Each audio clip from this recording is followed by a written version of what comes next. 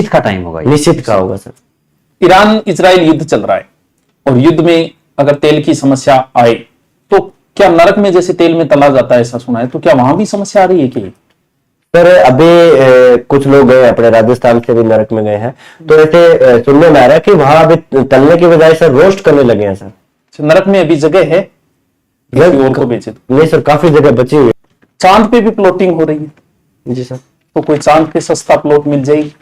Sir चांद पे मिल तो जाएगा, पर सर जो रहमान डकैत है सर उसका प्लॉट पास में ही है सर, तो कैंसिल, फिर कैंसिल ही करना पड़ेगा सर।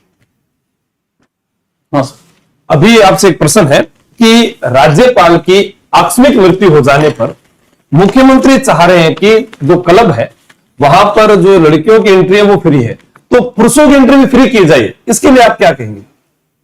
सर ये एक बार तुरंत तो नहीं करना चाहिए, क्योंकि अभी टीए की बैठक तक तो रुकना चाहिए सर, तो उसके बाद में करना चाहिए सर। आरपीएससी लेगी तो मुझे ही लेगी, ये लोकोक्ति है या मुहावरा, इसकी 100% व्याख्या करो।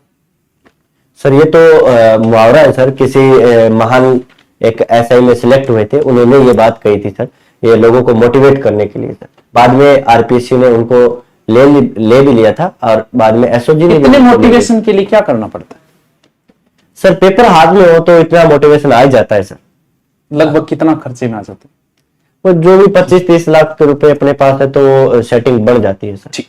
आप रील देखते हो तो उस लड़के ने कहा था कि आरपीसी लेगी तो मुझे ही लेगी, इसके लिए आप किसी मीम का यूज करना चाहो तो कौन सी मीम का यूज करोगे उस लड़के? उसके लिए तो वो अलग ही लेवल का बंदा था, वो वाला सेट हो जाएगा सर। अच्छा।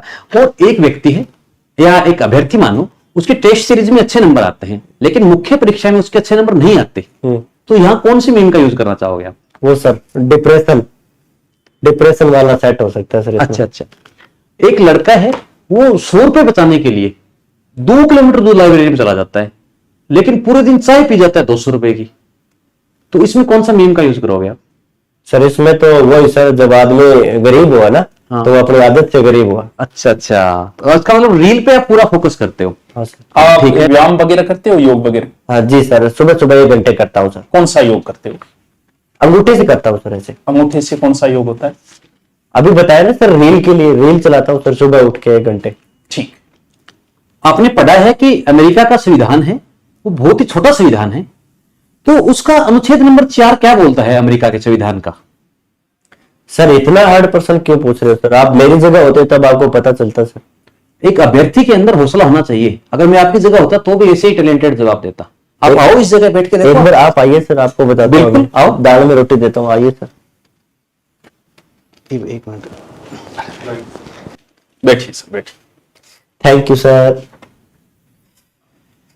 हाँ तो बेटे, आप जो जिम्बाब्वे का जो संविधान है। आप बेटा किसको बोल रहे हो? आपकी उम्र का हूं मैं भी। चलो छोटू, आप ये बताइए, जो जिम्बाब्वे का जो संविधान है उसका अनुच्छेद 4 बताइए मेरे को। Sorry sir, sorry. इधर देख के सॉरी बोल, मेरे को बोल sir. Sorry sir, sorry. Sir जी, आप भी एक पूछ के इनके स्वाद लीजिए। Thank you. अम्बेडकर जी की 10 किताबों के नाम बताओ। सर मैं तो आपके पैनल का ही हूं, आप भी इनके जैसे हो गए। सर आप मुझे एक संस्कृत में कोई अच्छा सा श्लोक सुना दीजिए। सर बहुत ही पुराना श्लोक है। अंगेन घातरम नयनेन वक्त्रम न्यायेन राज्यम लवणेन भोज्यम। अर्थ, इसका अर्थ? इसका अर्थ सर ये इधर आएंगे तो यही बताएंगे। इन चीज में अभी टेस्ट लेता हूं। आ जाओ।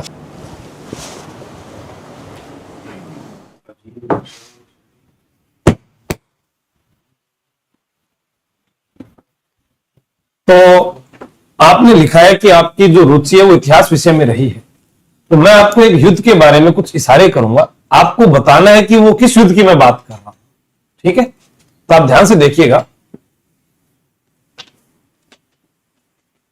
ये तो सर समझ में तो नहीं हो सकता है सर, जो सिंधु नदी पर हमारा विवाद चल रहा है भारत पाकिस्तान, इसके बारे में बात कर रहे हो सर? मैंने युद्ध की बात की है, विवाद की बात नहीं कर रहा मैं। ये हमारा बहुत ही बड़ा युद्ध हुआ है, भारतीय इतिहास में परिवर्तन आने वाला युद्ध है ये। सॉरी सर, आप बता दीजिए सर। मैं आपको पानीपत की लड़ाई के बारे में बात कर रहा था। तो सर एक मैं पूछ लूं आपसे? हाँ, पूछिए जरूर। इसके बारे में बताइए सर। मुझे जहां तक लग रहा है कि आप ये बताना चाहते हैं कि युद्ध के अंदर आपके हाथ टूट गए। नहीं सर, ये मैं विधवा पुनर्विवाह अधिनियम की बात कर रहा हूं सर। अच्छा, ठीक है। आपने अशोक का नाम सुना है? हाँ सर, थोड़ा थोड़ा याद आया, ज्योतिष 58। नहीं नहीं, अरे मैं अशोक मौर्य की बात कर रहा हूं। सर वो तो मेरे सबसे फेवरेट शासकों में से एक है। उन्होंने दम की नीति का प्रचार किया था, बौद्ध धर्म भी अपनाया था सर, और वो मेरे सबसे प्रियतम शासकों में से है सर। अरे यार, हाँ हेलो, अच्छा एडमिशन आ गया, तो मुझे एक बार जाना पड़ेगा मेरा। चले। चलो कोई फायदा नहीं है, नहीं लग सकते ये। बधाई हो आपको आगे बढ़ने के लिए। बताइए। धन्यवाद सर।